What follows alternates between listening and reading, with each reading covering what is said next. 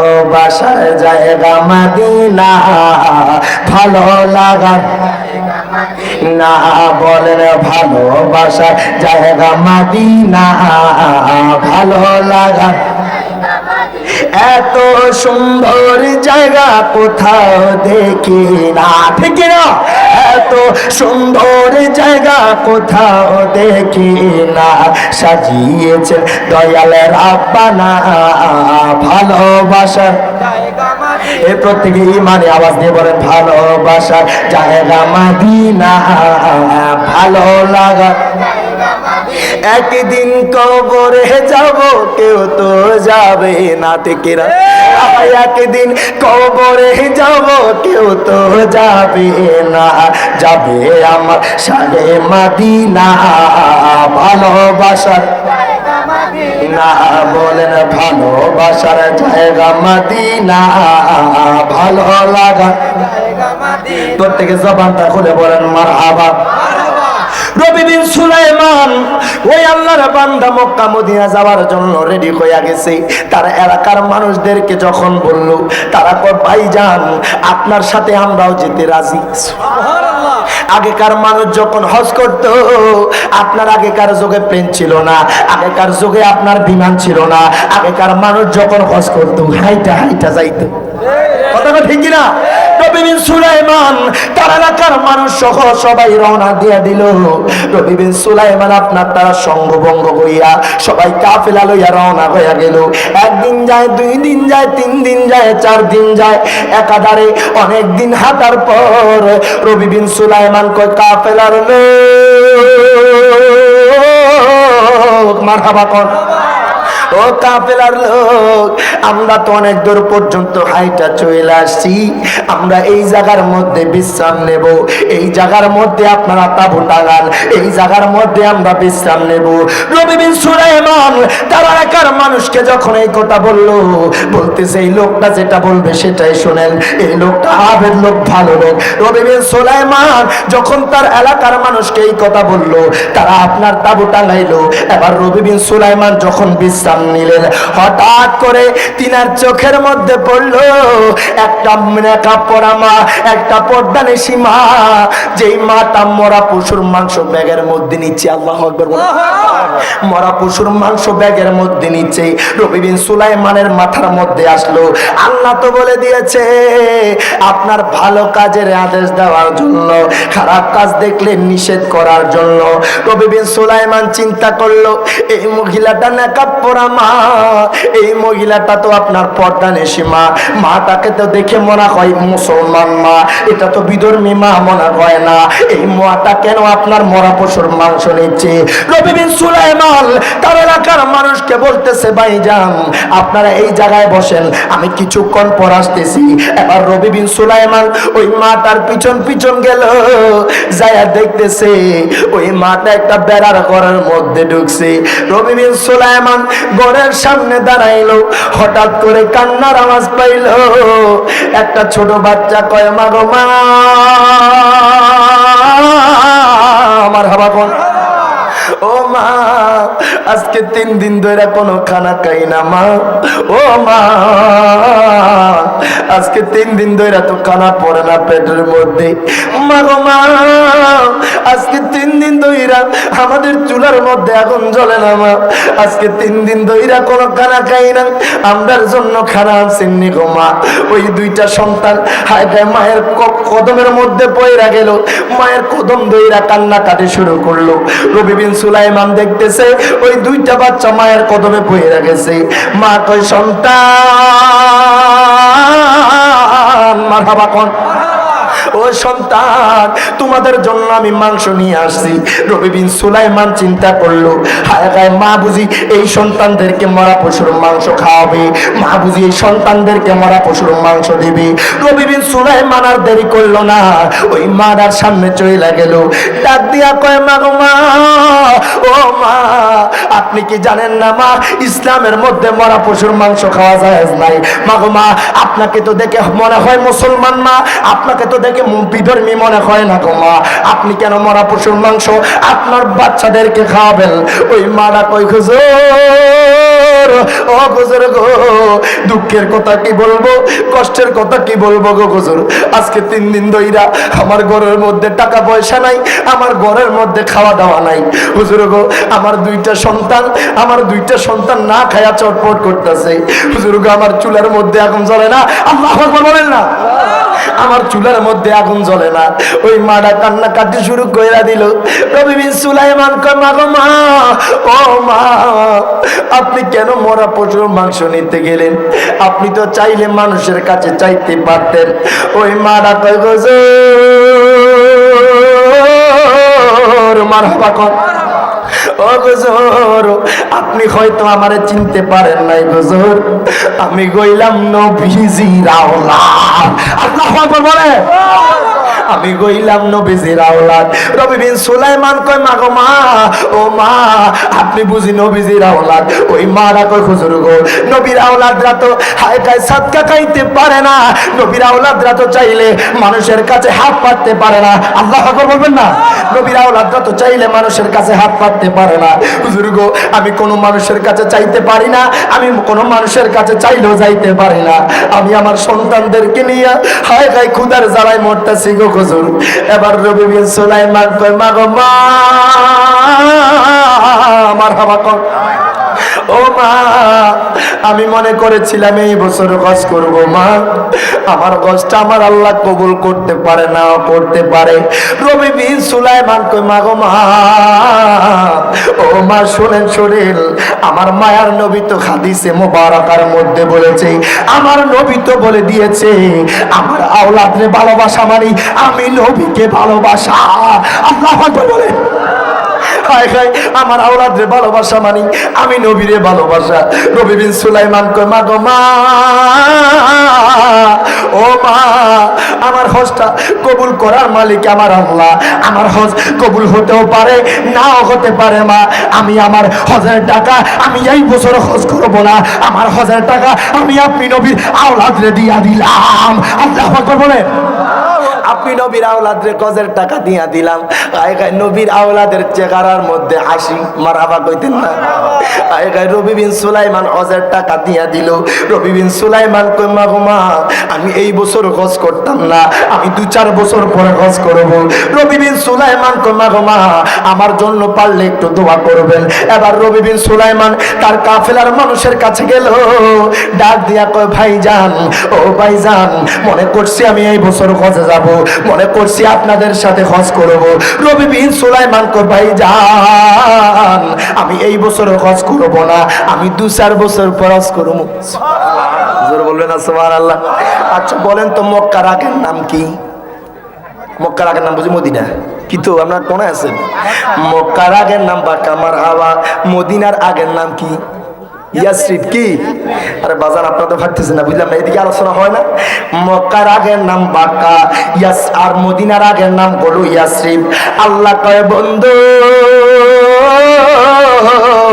ও বন্ধু, আপনার মুহাম্মদের মিম নামের মুহাব্বতে বাক্কাকে মক্কা মার বানায়া দিলাম, আর ইয়াসরিবকে মদিনা বানায়া দিলাম। সুবহানাল্লাহ। এই জন্য তা আশিকে রাসূল কয় পৃথিবীর প্রথম ঘর কোরআনে তে বাক্কা,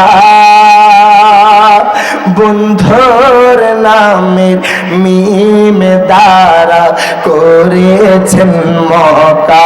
বলেন আল্লাহ আল্লাহ আল্লাহ আল্লাহ আল্লাহ আল্লাহ লা ইলাহা ইল্লাল্লাহ। বলেন আল্লাহ আল্লাহ আল্লাহ আল্লাহ আল্লাহ লা ইলাহা ইল্লাল্লাহ। যেথায় লক্ষ কোটি হাজিদের প্রেম মেলা, লাব্বাইক লাব্বাইক বলে লাশারে কালা। বলেন আল্লাহ আল্লাহ আল্লাহ আল্লাহ আল্লাহ আল্লাহ। ইলাহা ইল্লাল্লাহ। একটু দরুদ শরীফ আদায় করি। আল্লাহুম্মা সাল্লি মা ওয়া আলা আলি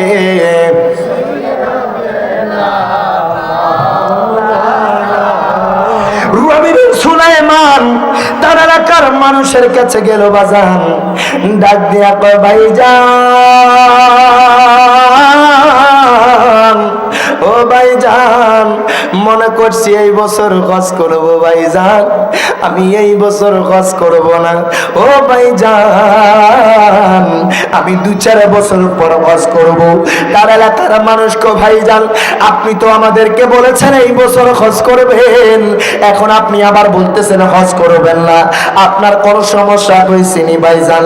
আপনি আমাদেরকে জানান, হয়তোবা আমরা সমস্যা সমাধান করতে পারবো। মারহাবা কোন রবি বিন সুলাইমান কো ভাইজান কোন সমস্যা হয় নাই। রবি বিন সুলাইমান কান্না করতে করতে বাড়ির দিকে চইলা যাইতেছে। তার এলাকার মানুষ তো এই ঘটনা জানে না। আজকে দুঃখ লাগে, কষ্ট লাগে। আমার মা বোনরা তেগুরিয়া বলেন, গোপীগঞ্জ বলেন, বাংলার জমিনে বলেন, আমার মা বোনরা পর্দা করতে চায় না। ঠিক না বে ঠিক?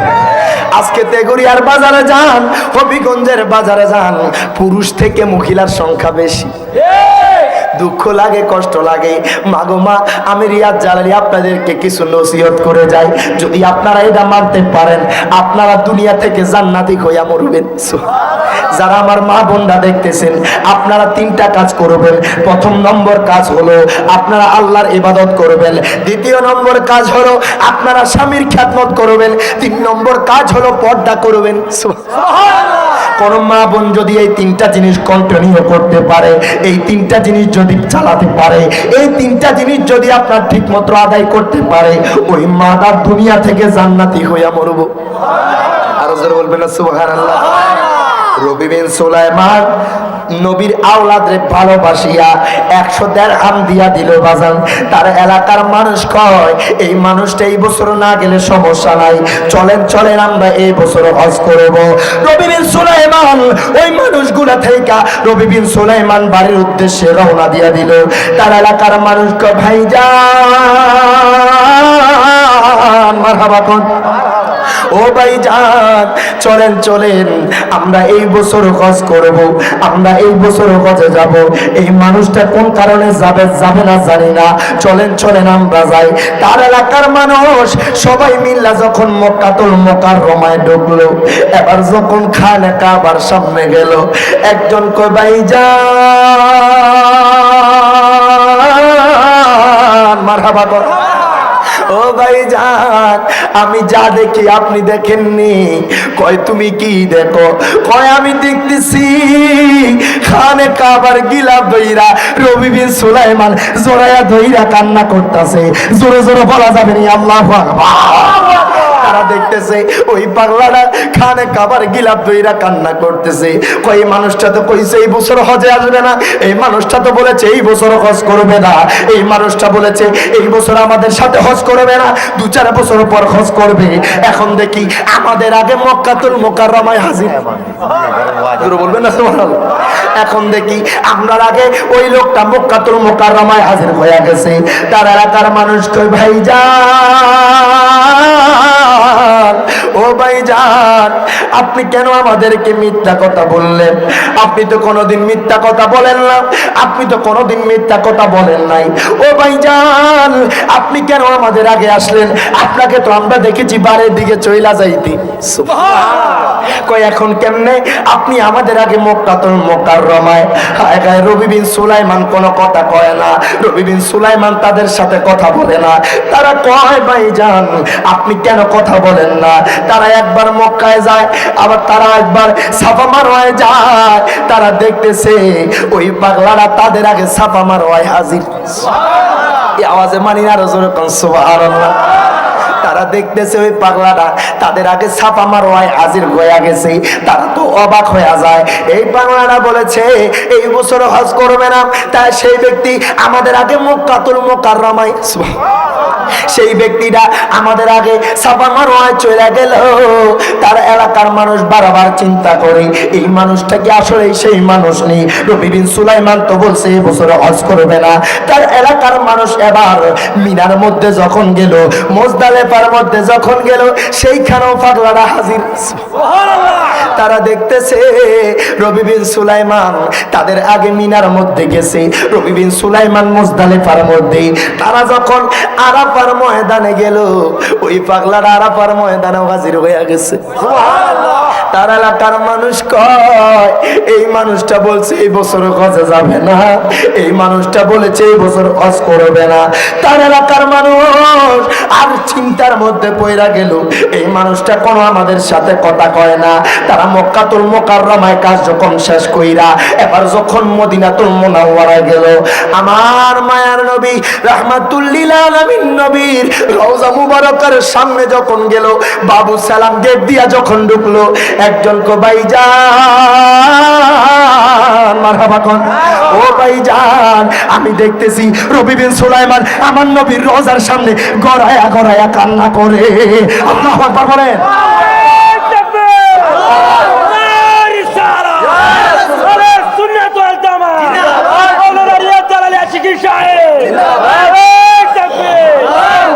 জবান খুলা মারহাবা।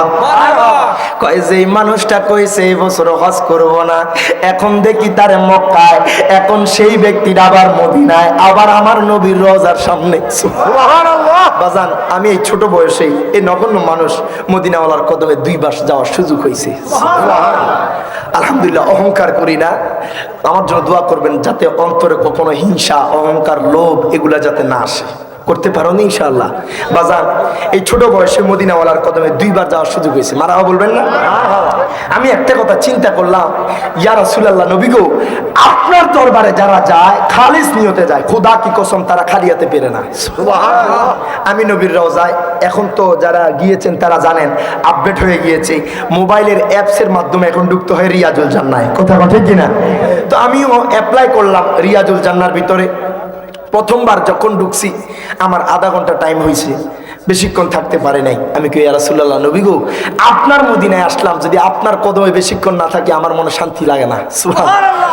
আমি আবার অ্যাপ্লাই করলাম, করার পর আমি দেখতেছি আমি যখন ঢুকছি মাগরিবের আজানটা দিছে। সুবহানাল্লাহ। মাগরিবের আজান দেওয়া মানেই আপনি যদি রিয়াজুল জান্নাহর ভিতরে আজান দিয়ে দেয় পুরোপুরি নামাজ ভিতরে পড়বেন। সুবহানাল্লাহ। আমার নবী কো মা বাইনা বাইতি ওয়া মিম্বারি রাউদাতুম মিন রিয়াজিল জান্নাহ। সুবহানাল্লাহ।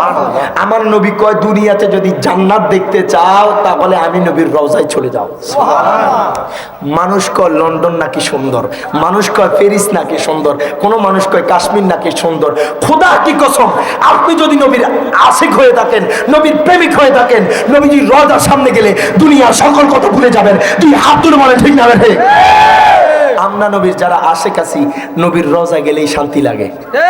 কথা কোন ঠিক কিনা? আমি যখন নবীর রওজার ভিতরে ঢুকলাম, হায় হায় নবীর জালি মোবারকের সামনে গেলাম, আমি কইলাম নবী গো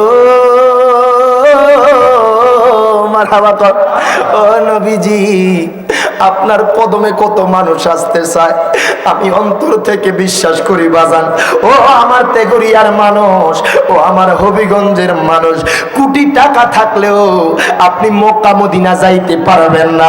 বলবেন রিয়াজ জালালী আপনি এই কথাটা কেন বললেন?